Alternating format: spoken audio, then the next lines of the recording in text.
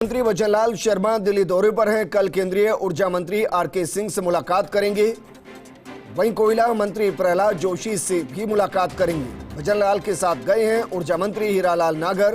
राजस्थान में बिजली व्यवस्थाओं को और ज्यादा सुदृढ़ करने के लिए बैठक है। कोयला आपूर्ति को और बेहतर और सुगम बनाने के विषयों पर चर्चा होगी। कल शाम जयपुर लौटने का कार्यक्रम है।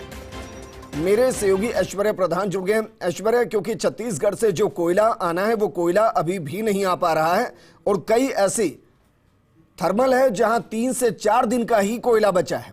क्या माने कि ये एक उस स्थिति में राजस्थान पहुंचा है जहां दिल्ली जाकर समाधान निकालना बेहद जरूरी।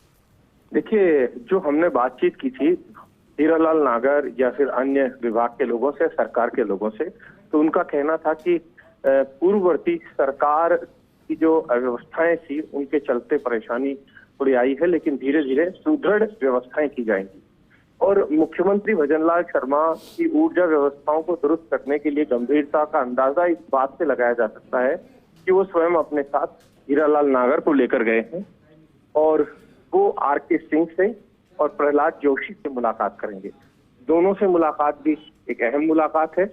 और विजेंद्र, एक और महत्वपूर्ण जानकारी मैं दे दूं कि ऐसी चर्चा है, लगभग ऐसा माना जा रहा है, जैसा बताया जा रहा है कि संभावना है कि प्रधानमंत्री मोदी या गृह मंत्री से भी वो मुलाकात कर लें जी। संभावना लगभग इस बात की भी है। और देखा जाए तो महत्वपूर्ण बात यह हो रही है कि उन्हें शाम को 6 बजे निकलना था, लेकिन पार्टी की तरफ से उनके पास इनविटेशन आया कि आपको संबोधन देना है विस्तारकों को।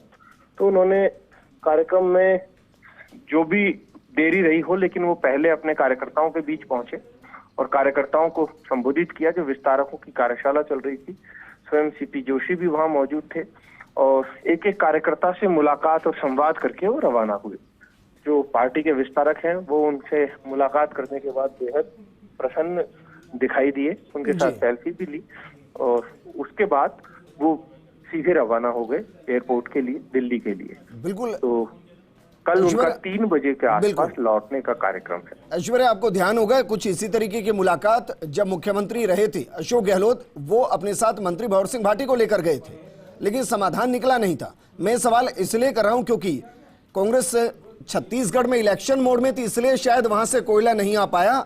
उनको लगा कि कोयला गया तो वोट नहीं आएंगे। अब तो 5 साल बाद विधानसभा की इलेक्शन है। क्या अंदेशा इस तरफ मानूं कि प्रधानमंत्री की मौजूदगी शायद ये सुनिश्चित कर दे कि छत्तीसगढ़ से जो कोयला आवंटन होना है वो हो, और जब तक ना हो कोल इंडिया के जरिए वैकल्पिक व्यवस्था की जाए?